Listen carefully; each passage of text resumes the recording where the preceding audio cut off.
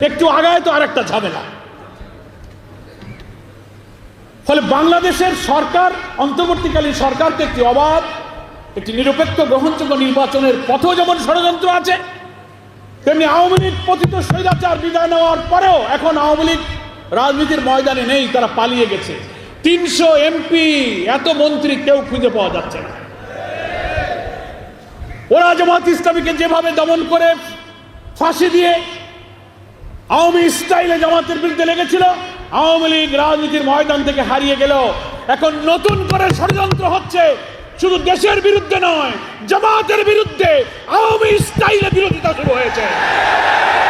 আমরা এই সমস্ত ষড়যন্ত্রকারীদের বলতে চাই, আওয়ামী লীগ ক্ষমতা রাজনীতি থেকে বিদায় নিলেও আপনারা যারা আওয়ামী স্টাইলে আবার জামাতের সমালোচনা শুরু করেছেন, আপনাদের কথার বন্ধ থেকে, কথার ভেতর থেকে কিন্তু ফ্যাসিবাদের গন্ধ পাওয়া যায়।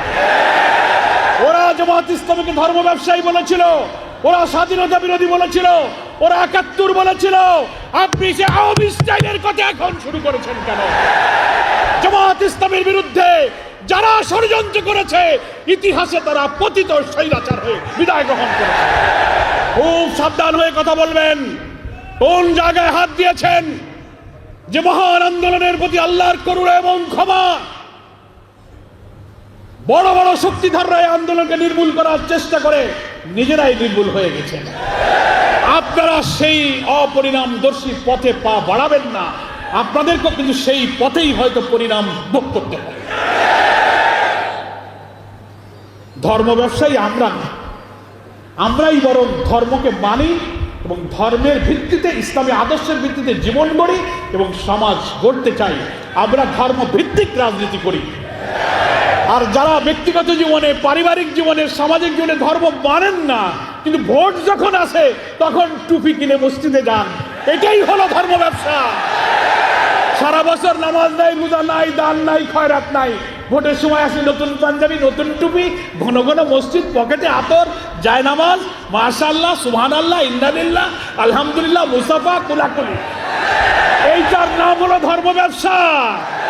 আমরা ভোটের সময় ধর্ম মানি না, সারা বছর 12 মাস আল্লাহর গোলামি করি, 12 মাস আল্লাহর ইবাদত করি। ভোটের মৌসুম সামনে রেখে যারা ইবাদত করেন, তারাই হচ্ছেন ধর্ম ব্যবসায়ী। স্বাধীনতার 53 বছর পর স্বাধীনতার পক্ষ বিপক্ষ ধোয়া তুলে জামাত ইসলামীকে যদি সাইজ করতে চান, তো যারা সাইজ করতেছেন তারাই সাইজ হয়ে গেছে। স্বাধীনতার 53 বছর পর এই জাতির মধ্যে কোন প্রশ্ন তুলে অনৈক্য বিভেদ তৈরি করার এই ষড়যন্ত্রকে আমরা দেশের বিরুদ্ধে ষড়যন্ত্র মনে করি। দুঃখের সাথে বলতে চাই, বাংলাদেশের স্বাধীনতার অনেক পরে স্বাধীন হওয়া মালয়েশিয়া, সিঙ্গাপুরে, এখন আমরা তো শুরু করেছি, কিন্তু আমাদের সামনে দুইটা চ্যালেঞ্জ। একটা হলো অন্তর্বর্তীকালীন সরকার ক্ষমতায় এসে নতুন নির্বাচনের জন্য একটা পথে যাত্রা শুরু করেছেন। কি বলেন? 5 মাস হলো ক্ষমতায় আসার পরপরই একটার পর একটা চ্যালেঞ্জ। কি দেখছেন না আপনারা? 4টা প্রতিবিপ্লবের চেষ্টা করা হয়েছে। পাল্টা কু, জুডিশিয়াল কু, আনসার কাণ্ড, এই দাবি সেই দাবি, হিন্দু মুসলিম বৌদ্ধ ভাইদেরকে নিয়ে রাজনৈতিক খেলা, সচিবালয়ে আগুন। এ সরকারকেও স্বস্তির সাথে দেশ চালাতে দিচ্ছে না।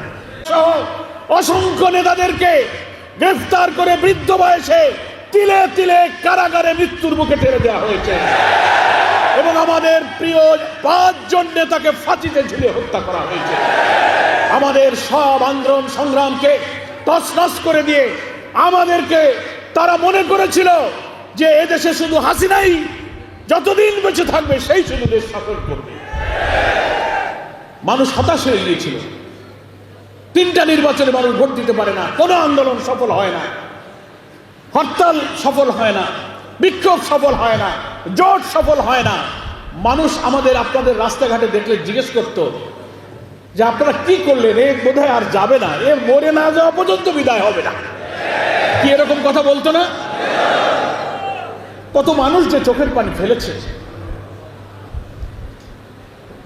সেজদায় গিয়ে অশ্রুসিক্ত হয়েছে। দেশে বিদেশে প্রবাসী বাংলাদেশি এবং ইসলামী আন্দোলনের বন্ধুরাও আমাকে ফোন করে বলেছে, কাবার চত্বরে আল্লাহর কাছে গিয়ে কেঁদেছে আল্লাহর ঘর ধরে, এই জালেম থেকে আল্লাহ তুমি দেশকে হেফাজত করো। কত মা, কত স্ত্রী, কত শিশুর চোখের পানি, কত বাপ হারা, স্বামী হারা, সন্তান হারা পিতার চোখের পানি এই জমিনে পড়েছে। আপনারা আমরাও জুলুমে জুলুমে আমরা যখন অতিষ্ঠ হয়ে যাচ্ছি, কারাগারগুলো যখন ইসলামী আন্দোলনের কর্মীতে কারাগারগুলো পরিপূর্ণ হয়েছে, একের পর এক শাহাদাত হচ্ছে, মানুষ বাড়ি ঘরে থাকতে পারছে না, ব্যবসা বাণিজ্য, চাকরি বাকরি, আমাদের সোলার ছেলেদের লেখাপড়া সব তছনছ হয়ে যাচ্ছে। একটা কালো যুগ আমরা পার করছিলাম। নিজেরাই যখন আল্লাহর কাছে নামাজ পড়ে অবসরে আল্লাহর কাছে ইবাদত করেছি, হাত পেতে মোনাজাত করেছি, আপনারা আমরা কত কাকুতি মিনতি করে, কাউকে বলা যায় না, শুধু আল্লাহকেই বলা যায়, এমন করে আমরা আল্লাহকে বলেছি, আল্লাহ এই জাতিকে তুমি উদ্ধার করো, আমাদের নেতাদের এই শাহাদাতকে তুমি কবুল করো। আমরা জানি না আল্লাহ তাআলা কার চোখের পানি কবুল করেছেন, কার ইখলাসকে কবুল করেছেন, কার ফাঁসিকে, কার শাহাদাতকে মঞ্জুর করেছেন আমরা জানি না। কিন্তু 24-এর 5 আগস্ট আসমানের মালিক আমাদের রব আসমান থেকে জাতির জন্য করুণা এবং রহমতের ধারা নাজিল করলেন। আলহামদুলিল্লাহ। হাসিনা যা ইচ্ছা করেছিল, হাসিনার ইচ্ছা পূরণ হয়নি। আল্লাহ তাআলা কোরআন শরীফে বলেছেন, ওমা তাশাউনা ইল্লা আইয়াশা আল্লাহু রাব্বুল আলামিন, তোমাদের কোনো ইচ্ছাই পূরণ হয় না যতক্ষণ না আল্লাহ তাআলা তা ইচ্ছা না করেন। কি বলেন, ঠিক কিনা? ও চেয়েছিল বাংলাদেশ থেকে ইসলামী আন্দোলন, ইসলামী শক্তিকে নির্মূল করে দেবে। যতদিন বেঁচে থাকবে কর্তৃত্ববাদী ফ্যাসিস্ট, সে একাই শাসন করবে, তার দল, তার পরিবার, তার সিন্ডিকেট ছাড়া ব্যবসা বাণিজ্য, চাকরি, পেশা, লেখাপড়া, ঠিকাদারি, কর্তৃত্ব আর কারো চলবে না, সেই শুধু করবে।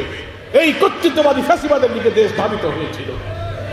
কিন্তু 17-18 বছরের চোখের পানি আন্দোলন, কষ্ট ত্যাগ, নিরপরাধ নিরীহ আল্লাহর নেক বান্দাদের ফাঁসিতে ঝুলিয়ে হত্যা করা হয়েছে।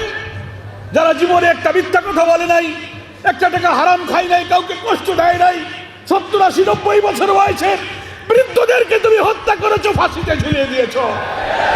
আল্লাহর আরশ কেঁপে উঠেছে, কিন্তু হাসিনার হৃদয় কাঁপেনি। ও চেয়েছিল বাংলাদেশ থেকে ইসলামী আন্দোলন, ইসলামী শক্তিকে নির্মূল করে দেবে। যতদিন বেঁচে থাকবে কর্তৃত্ববাদী ফ্যাসিস্ট, সে একাই শাসন করবে, তার দল, তার পরিবার, তার সিন্ডিকেট ছাড়া ব্যবসা বাণিজ্য, চাকরি, পেশা, লেখাপড়া, ঠিকাদারি, কর্তৃত্ব আর কারো চলবে না, সেই শুধু করবে। এই কর্তৃত্ববাদী ফ্যাসিবাদের দিকে দেশ ধাবিত হয়েছিল। কিন্তু 17-18 বছরের চোখের পানি আন্দোলন, কষ্ট ত্যাগ, নিরপরাধ নিরীহ আল্লাহর নেক বান্দাদের ফাঁসিতে ঝুলিয়ে হত্যা করা হয়েছে। যারা জীবনে একটা মিথ্যা কথা বলে নাই, একটা টাকা হারাম খাই নাই, কাউকে কষ্ট দেয় নাই, 70-80-90 বছর বয়সে বৃদ্ধদেরকে তুমি হত্যা করেছো, ফাঁসিতে ঝুলিয়ে দিয়েছো। আল্লাহর আরশ কেঁপে উঠেছে, কিন্তু হাসিনার হৃদয় কাঁপেনি।